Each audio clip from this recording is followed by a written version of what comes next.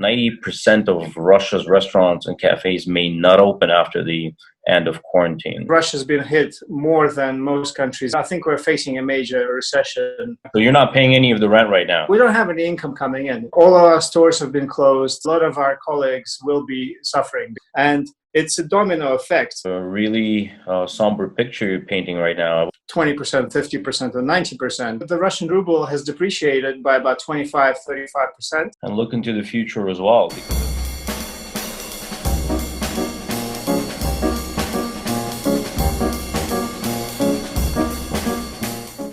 Now we'll go to Moscow, where we're going to speak to Oleg Papazov, founder of MegaGroup, which is a master franchisor and operator of 4 major Western fast food brands: Cinnabon, cinnamon rolls, Auntie Anne's pretzels, Hesburger, and Godfather pizza, with over 200 restaurants in Russia and Belarus. Hey, Oleg, how are you? Hi, Lynn. Thanks for having me. Where are you right now? We're sitting at our... Your exact location. Sorry? Your exact location. This is our kitchen, where the reception is probably the best in our house. But we've been here in our house for the last 6 weeks, probably. Right, in so self-isolation. it's been interesting. Yes, we've been practicing self-isolation, going out for rare walks, and doing some exercise in the house. But officially, the self-isolation policy has only been around for what, 2 weeks now in Russia? Since 25th of March. All our stores have been closed for the last 2 weeks. Our income is down to maybe 5% to what it was before the quarantine, because now we're only doing deliveries. And the Russian government hasn't announced an official state of emergency or official quarantine. They called it a holiday. So now we're not, officially we cannot default on our contracts, because legally, if we go into official state of emergency, it's considered by all courts as a force majeure. We're not obliged to pay any rents or anything like that. So currently, officially, the toll is ticking on our rents, which we're not paying because we don't have any income. We're planning to negotiate it with our landlords once we come back.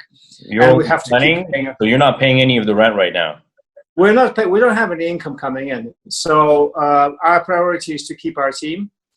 So we're spreading our income towards our key employees. And, we're in the negotiation process with some of our employees. We got a 50% discount from some people, 20% from others, but it's obviously not near enough to cover a full month of just staying without any income. So we're looking at losing probably a considerable number of our stores once we come out of this quarantine. And additionally, I think Russia's been hit more than most countries because there was the oil adjustment in price. Right. Just before the quarantine. 12, 15, now it's trading at 29. Correct. So the Russian ruble has depreciated by about 25, 35%. Depends how you count it. So the real incomes of the people in Russia has depreciated. So their spending power has depreciated also. And also, I believe that because people are not getting paid their salaries while they're sitting in quarantine, they're not going to be spending that much on goods that are not essential. So there's going to be, and I think we're facing a major recession, the likes of which we haven't seen in Russia since 1991, when the Soviet Union came down. Wow, that's a really somber picture you're painting right now. I've also read in the news that Russia's Restaurant and Hotel Federation had stated that 90% of Russia's restaurants and cafes may not open after the end of quarantine. And it's truly 90%, staggering number. Do you agree with it? Well, I think it's very hard to make any predictions right now. It very much depends on how long the situation continues.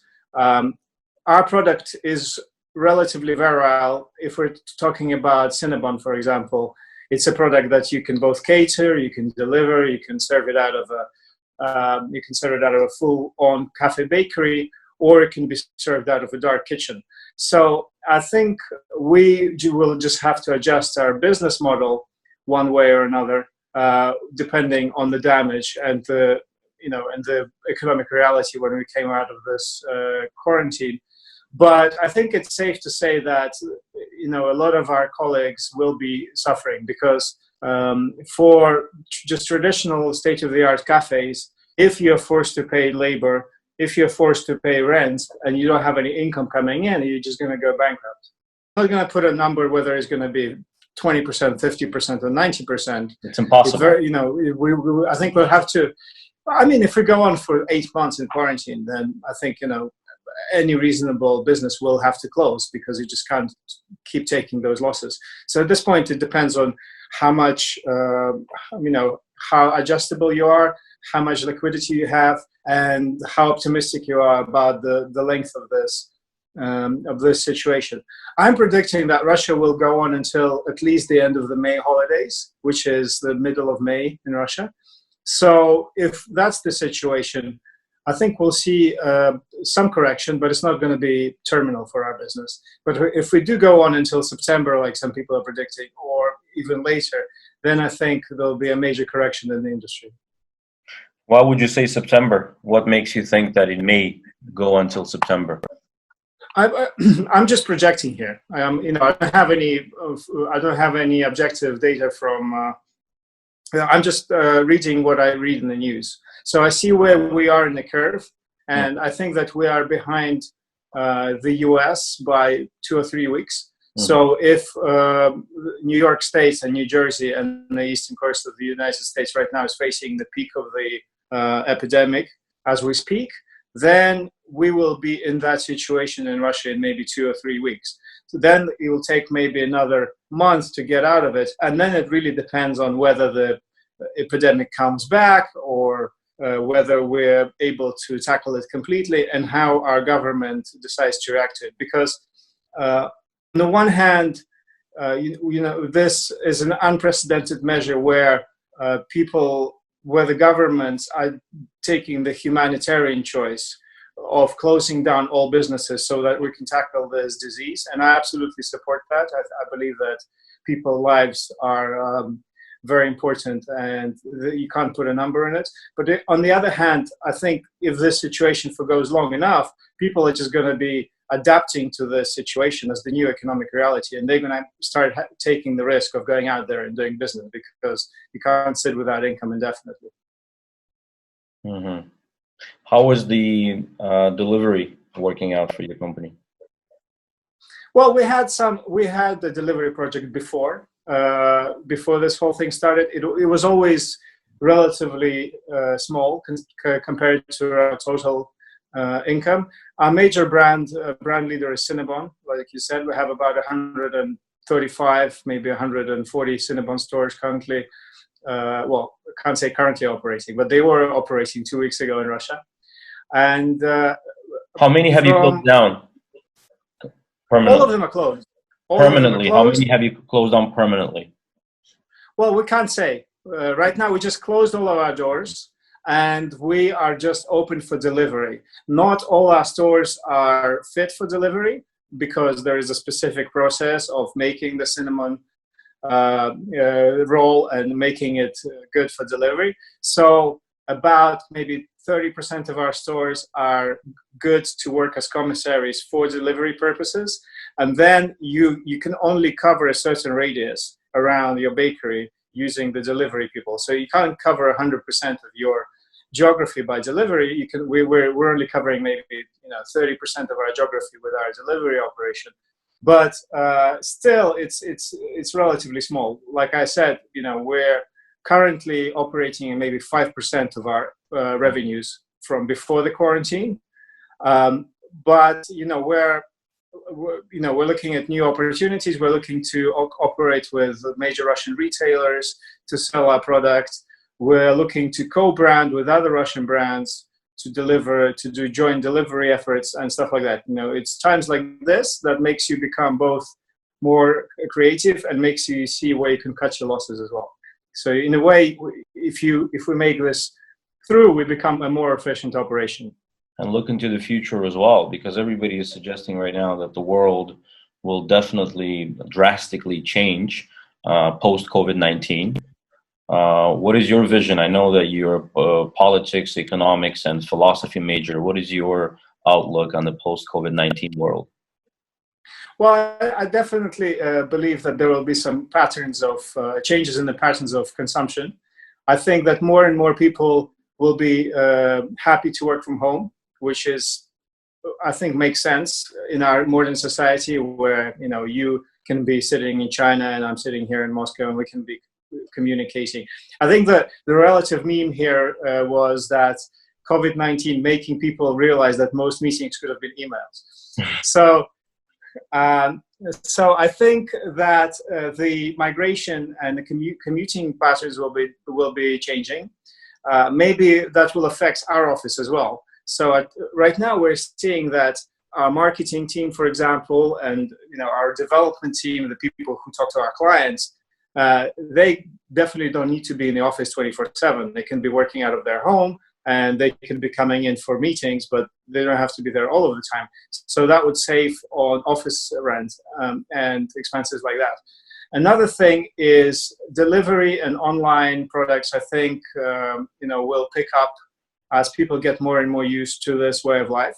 So for our business, for example, we're looking to expedite. We already had this projection, but I think this is going to be happening faster. A bigger proportion of our stores are going to be dark kitchens. So we're going to be going not into the glamorous, expensive real estate of upper echelon malls or the high street, but we're going to go into much cheaper real estate, so where in the suburbs where the people actually live, and from there you can make your product and you can cater it to events and you can deliver it for private use as well. Are you talking to your American partners? Are you paying less royalties? Maybe you've negotiated something with them? The royalties are the easiest problem to solve, or question to solve, is because the royalties are a percentage of your sales. So if your sales are down, then you're not paying royalties on the sales that you're not making. The biggest issues right now are rent, like we said, but not all of the. And I completely understand the landlords, because I think this is a major economic crisis situation that we're facing here in Russia and around the world. And it's a domino effect. If the Russian government does not cover, for example, we don't have a tax holiday right now. So the landlords, they have to pay their land tax, they have to pay their register tax, they still have to pay their, what is it called, the, water and electricity and all the other utilities bill, which are massive for, huge 100,000 square meter buildings, for example, and heating and all of that. And they have to pay for their employees, which sometimes number in the thousands. So I completely understand that these people need to have an income stream for themselves so that they don't go bankrupt. But the problem is that we, as the renter, we don't have an income stream coming in ourselves because our stores are closed. So our product is not selling. We don't have any income to pay these guys down the line.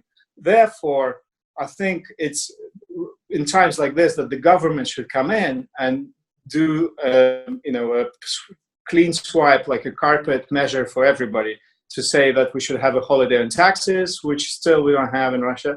They postponed some of the taxes, right? They did, which is a measure, but basically, how you're still going to have to pay them 6 months from now. And if we missed out on a huge period of time without income, then where are we going to get the money to cover that tax? So it doesn't solve anything. Second thing is, they said that no layoffs. And again, how can we, like I said, so other countries are paying their citizens straight away. They're just giving them lump sum amounts of money so they can stay at home and cover their needs. I heard it's something like 5,000 euros in Germany and $1,200 in the United States. In Russia, we have none of these measures. So it's down to us to survive by ourselves, both for us and for the landlords. And the third problem is, most of these malls and most of these landlords, they have huge credits from the banks, and none of those have been either wiped clean or there is no holiday on those. So I think that you'll see a lot of repossession of property in Russia. There's going to be a big adjustment of ownership. It's going to be an interesting world once we emerge. But right now everything is in a frozen situation. The situation in Russia is very similar to the Chinese. As I've just discussed with one of your colleagues in China, they are proposing to their landlords to have a revenue share split, basically making them partners during the epidemic. Are you thinking about that as well? Oh, we would. We are open to anything. But like I said, most of our stores are closed, so there is no revenue coming in. So it doesn't help our the landlords. Yeah, well, delivery, like I said, only works out of maybe 20 or 30% of the stores, so it doesn't really solve the situation at all. And also, it's only 5% of the sales so it's going to be a very minor recovery for the landlord. Obviously, the sales started coming down before the quarantine. When the president addressed the nation on the March 25th, our sales were already down by about 30 or 40% across the system, because people were already self-implementing the quarantine, staying at home, not going out, not consuming. This is what we were doing as well. We were staying at home because we saw what was happening all around the world, and we decided to take this precautionary measure. We started the negotiation process, and some of the landlords, they were not coming forward. They wouldn't meet our demands. So, for example, Metropolis shopping mall in Moscow, which is one of the biggest ones, it's owned by Morgan Stanley, and their rents are fixed in American dollars. So that rent has jumped just by the devaluation of the ruble. Right. But also, so they wouldn't give us a discount. So just currently, the way that the rent is right now, it doesn't make any sense to stay in that mall. So it's probably, there's a high probability we're going to lose that location that was very good for us for the last 10 years. But overall, people were reasonable. We had, like I said, in March already, we got 50% discounts, 30% discounts on our rent. But in April, no discount that you give us, unless it's 100% discount, unless it's a full-on holiday, is going to make any sense, because the delivery revenues that we're making right now is only covering the salaries of some of our workers, not even all of our workers. So, and that's our priority. Our priority is to keep our people, in business, to make sure that they have food on their plates, because that's the most important part of our business, is our team. So once we sort that, then we have our other creditors that we need to deal with, including the landlords, including our suppliers.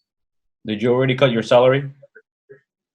I don't have a salary. I'm a founder, so I live on dividends. So I will be receiving no income for the next few months, I'm guessing. Wow. You have business also in Belarus. How's the situation like there? It's slightly better in the sense that the Belarusian government didn't close the stores. So the stores are open for business. We have 6 stores only in Belarus.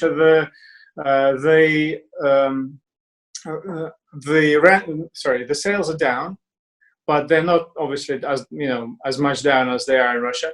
But the problem with Belarus is that they are closed off all of the borders with Russia and with the European Union, so they don't get any supplies. So once they run out of the ingredients, they're going to have to be creative on how they're going to start making their products, because they have become essentially a self-sufficient system inside of one country. All of their borders are closed for trade, and people can't travel back and forward. So again, they're kind of on their own right now. Mm-hmm. How many restaurants does MegaGroup own, and how many are franchisees? We own about 30 stores, and the rest are franchise stores. Mm-hmm. And what are basically the complaints from or the worries from your franchisees are basically the same that you just mentioned, right? The rent of the facilities. Exactly. Yeah, all of our franchisees, basically right now, we're not receiving any royalties from our franchisees because they're out there to survive for themselves.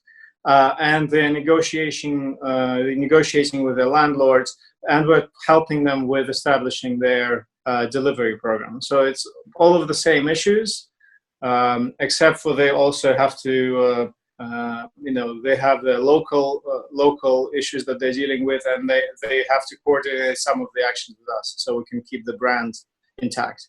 But generally, it's a tough time for everybody.